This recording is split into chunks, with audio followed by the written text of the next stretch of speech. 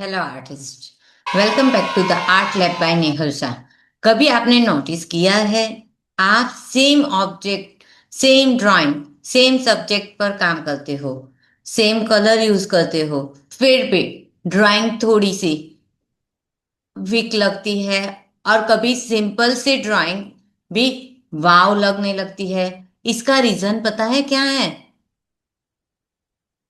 इसका रीजन होता है प्रिंसिपल ऑफ आर्ट। पिछले वीडियो में हमने एलिमेंट्स ऑफ आर्ट सीखा था। लाइन, शेप, कलर, जो आर्ट के अल्फाबेट्स हैं।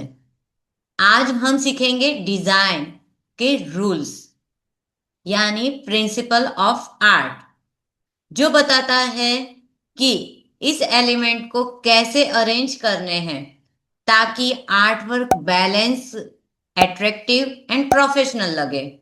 सो पेंसिल रेडी रखिए और चलिए स्टार्ट करते हैं। यहाँ पे बात करते हैं हम प्रिंसिपल ऑफ आर्ट।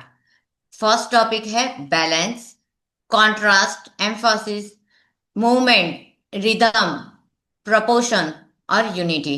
ये हमारे ऑर्नामेंट्स है जो आर्ट को और भी अट्रैक्टिव बनाते हैं।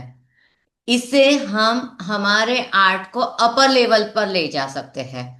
First thing, balance. बैलेंस के बारे में हम बात करेंगे तो दो टाइप के बैलेंस किए जाते हैं, सिमेट्री और एसिमेट्री। तो यहाँ पे हम बात करेंगे पहले सिमेट्री। सिमेट्री में क्या होता है, दोनों साइड पे सेम ऑब्जेक्ट होते हैं। जैसे कि हमारे फ्रंट फेस होता है तो हमारी आईज और नोज सेम होते हैं, वैसे ही तो एक साइड पे जो आईज होती है वैसे ही दूसरी साइड पे होती है। एक साइड पे ईयर होता है दूसरे, तो उसे सिमेट्री कहा जाता है। जैसे कि हम कोई एक टेम्पल पे जाते हैं और टेम्पल के फ्रंट व्यूज में हम देखते हैं तो वो टेम्पल में सेम साइड, फ्रंट से देखते हो तो राइट साइड का और लेफ्ट साइड का दोनों चीज सेम होता है, तो वो सेम होता है। ये सेफेस्ट एंड स्टेबल लुक होता है यहाँ पे। और एक बात बताने चाहती हूँ, एसिमेट्री। एसिमेट्री के बारे में जानते हैं तो वो डिफरेंट एलिमेंट्स होते हैं। जैसे कि एक साइड पे हम ट्री रख देते हैं और दूसरी टाइप पे साइड पे हम हाउस और उसके पर बर्ड रख देते हैं, तो वो हमारा ऑब्जेक्ट डिफरेंट हो गया पर बैलेंस तो रहा है। तो डिफरेंट एलिमेंट्स होते हैं, स्टिल फील्ड बैलेंस, तो वो बैलेंस भी करता है। अभी मैंने यहाँ पे एग्जांपल किया तो वो। अब कॉमन मिस्टेक क्या होती है, बैलेंस करते वक्त हम ये कॉमन, सिमेट्री और एसिमेट्री दोनों में एक है, वन साइड हैवी रख देते हैं, एक साइड पे बहुत सारा ड्राइंग कर देते हैं और दूसरे ब्लैंक रख देते हैं। तो ये चीज नहीं होनी चाहिए। और राइट वे में क्या करना है हमें, यूज एम्प्टी स्पेस स्मार्टली। तो यहां तक क्लियर हो गया, ये है बैलेंस के बारे में बताया। अब हम करते हैं कॉन्ट्रास्ट। कॉन्ट्रास्ट में क्या करना है, तो कॉन्ट्रास्ट में हम करते हैं दो डिफरेंट टाइप के कलर्स को यूज करना है। जैसे कि हमें हाईलाइट करनी है तो वो वाले कलर का टोन अलग रखना है। कलर में light versus dark colour, big versus small colours, rough colour की टेक्सचर के रिगार्डिंग हम बात करेंगे तो rough texture versus smooth textures. तो ये डिफरेंट कंट्रास्ट लाना है। तो यहाँ पे हम बात करेंगे और light versus dark, big versus small, smooth versus rough. Purpose क्या है, हमारा पर्पस ये है कि सब एक्साइटिंग लगना चाहिए, कुछ और ऐड करना है। और डिफरेंट लुक देना है, तो ये हमारा पर्पस होता है। अच्छा, कॉमन मिस्टेक क्या है, सेम टोन एवरीवेयर। तो यहाँ पे लाइट डार्क का कंट्रास्ट कर देना है, शेडोज को ऐड करना है। और राइट वे क्या है, clear highlight and shadows add करने हैं। तो यहाँ तक हमारा ये कॉन्सेप्ट भी क्लियर हो गया। कॉन्ट्रास्ट। अब हम बात करेंगे एम्फासिस। तो ये क्या है? तो हर एक टॉपिक्स होते टॉपिक सिमिलर होंगे, सब्जेक्ट में ऑब्जेक्ट भी सेम होंगे, पर उसमें से एक को हीरो बना देना है और उसको मेन अट्रैक्शन देना है। बराबर। तो ये एम्फासिस मेन हम कहाँ पे देखते हैं? तो जो सॉन्ग्स होते हैं ना मूवी के, उसके अंदर बहुत सारे डांसर्स होते हैं, पर इसमें उसके अंदर एक हीरो या हीरोइन के ड्रेसेस चेंज हो जाते हैं। बाकी के सब के सेम होते हैं, सेम कलर के सेम टोन होते हैं, बट उनका कलर अलग कर देते हैं। जैसे कि ये शर्ट का होता है वो पैंट को कर देते हैं, पैंट का होता है या शर्ट का, ये ब्लेजर को कुछ और कलर से ऐड कर देते हैं। तो ये एम्फासिस होता है। ये हमारा ये एक टॉपिक परफेक्ट है। तो पोर्ट्रेट में इंपॉर्टेंट है वो आईज। बराबर।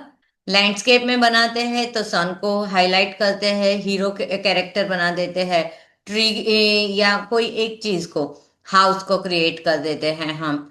तो कॉमन मिस्टेक क्या होती है? एवरीथिंग इक्वल इम्पोर्टेंट नहीं करना है। ये कॉमन मिस्टेक होती है, एवरीथिंग को इम्पोर्टेंट सेम दे देना है, वो नहीं करना है। बराबर। तो हमें एक राइट वे क्या है? तो राइट वे है main subject bright, sharper, more detail के साथ करना है। अब हमारा टॉपिक आता है मूवमेंट। मूवमेंट ड्राइंग में क्या चलता है? ड्राइंग नहीं चलता। ड्राइंग में हमें ऐसा कुछ करना है कि हमारी आईज मूव करे, जो व्यूअर को गाइड करता है, डायरेक्शन देता है, वेयर आई मूव्स। एक और चीज, तो वो कैसे? रोड से, क्लाउड से, हेयर से, रिवर से, तो हमारी आइज को मूवमेंट देता है।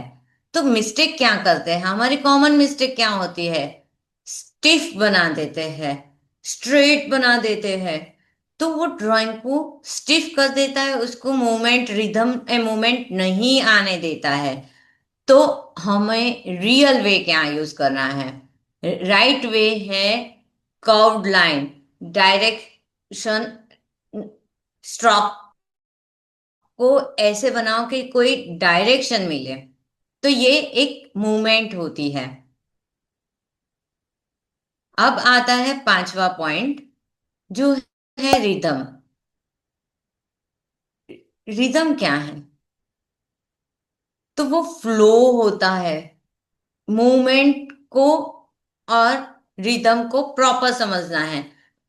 गाइड करता है ड्राइंग में मूवमेंट, और रिदम होती है वो रिपीटेड भी हो सकती है, जिससे हमें आइस को फिल करते हैं।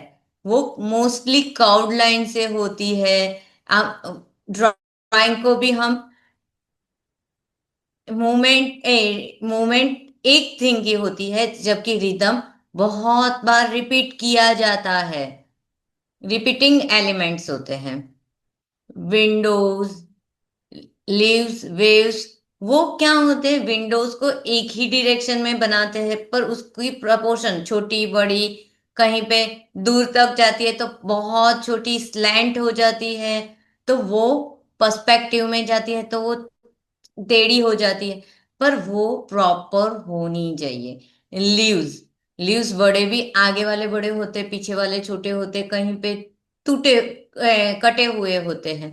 वेव्स, वेव्स की मूवमेंट सेम नहीं होती, तो वो रिदम देती है हमें। Common mistake, machine like repetition नहीं करना है। और right way, change gap, change direction, change size. Size को हम छोटी बड़ी कर सकते हैं, गैप चेंज कर सकते हैं, तो वो रिदम देती है हमें। प्रपोर्शन, प्रपोर्शन यानी क्या? तो एक्चुअली फेस के रिगार्डिंग हम बात करें तो फेस तो हमारा राउंड तो नहीं है, पर राउंड से ओवल बनता है। तो आइज के रिगार्डिंग हम देखेंगे तो आइज के रिगार्डिंग नोज का कितना प्रोपोर्शन होता है, लिप्स का कितना होता है, कहाँ पे हम स्टिफ कर सकते हैं, तो उसे प्रोपोर्शन कहा जाता है। तो प्रोपोर्शन के रिगार्डिंग हम बात करेंगे तो कोई ड्राइंग है तो जैसे यहाँ पे हार्ट और बोट का है, तो बोट के पास छोटे छोटे डकलिंग्स है, तो वो डकलिंग बड़े नहीं बनाए हैं हमने, तो वो ध्यान रखना है। करेक्ट साइज रिलेशन, मैं ऐसा भी नहीं कर सकती हट को मैंने बड़ा बनाया और बोट बहुत छोटी बना के रख दूं, तो वो प्रपोर्शन नहीं मैच करेगा। तो हाउस के रिगार्डिंग बोट कैसी है, तो बड़ी भी है और बहुत बड़ी भी नहीं है। ह्यूमन बॉडीज के फेस फीचर्स के अंदर हाथ कितना प्रोपोर्शन का है, पाँव कितने, फेस बड़ा बना दिया और हाथ छोटे बना दिए। ऑब्जेक्ट की साइज जैसे कि कोई स्टिल लाइफ में हम बात करते हैं तो मटका बड़ा बना दिया और नीचे का स्टैंड बहुत ही छोटा बना दिया, तो ऐसा नहीं होता, उसके रिगार्डिंग साइज होती है। Common mistake, wrong scale object, small hands big eyes, मैंने अभी बताया था। और अब आया राइट वे, तो ऑब्जर्वेशन रेफरेंस कंपेयर करना चाहिए, रेफरेंस को कंपेयर करके साइज रखनी चाहिए। तो यहां तक ये प्रोपोर्शन। अब आया यूनिटी रे, मेन हीरो, सब कुछ बना तो दिया, सब कुछ कर दिया, पर अब प्रॉब्लम आ रहा है। ये सब कुछ मैं कनेक्ट कर रही हूँ ऊपर, मैं यहाँ पे सारे फिगर को सेम साइज में प्रोपोर्शन में मैंने बना दिया, मूवमेंट दी, रिदम दी, पर एक दूसरे से बात करते हुए नहीं लग रहे हैं, तो वो यूनिटी फील नहीं हो रही है। जैसे कि मैंने यहाँ पे कंपोजिशन बनाया हुआ है, तो सब लोग पानी तो पी रहे हैं, एक स्ट्रेट है, एक वन थर्ड है, तो हर एक का प्रोपोर्शन अलग अलग है, पर वो साथ में ग्रुप बना रहे हैं, यूनिटी कर रहे हैं। कुछ बनाया है तो वो लोग वो सेलर से बाय करके पी रहे हैं, तो ये एक यूनिटी क्लियर हो रही है। एवरीथिंग लुक्स कनेक्टेड यहाँ पे लग रहा है।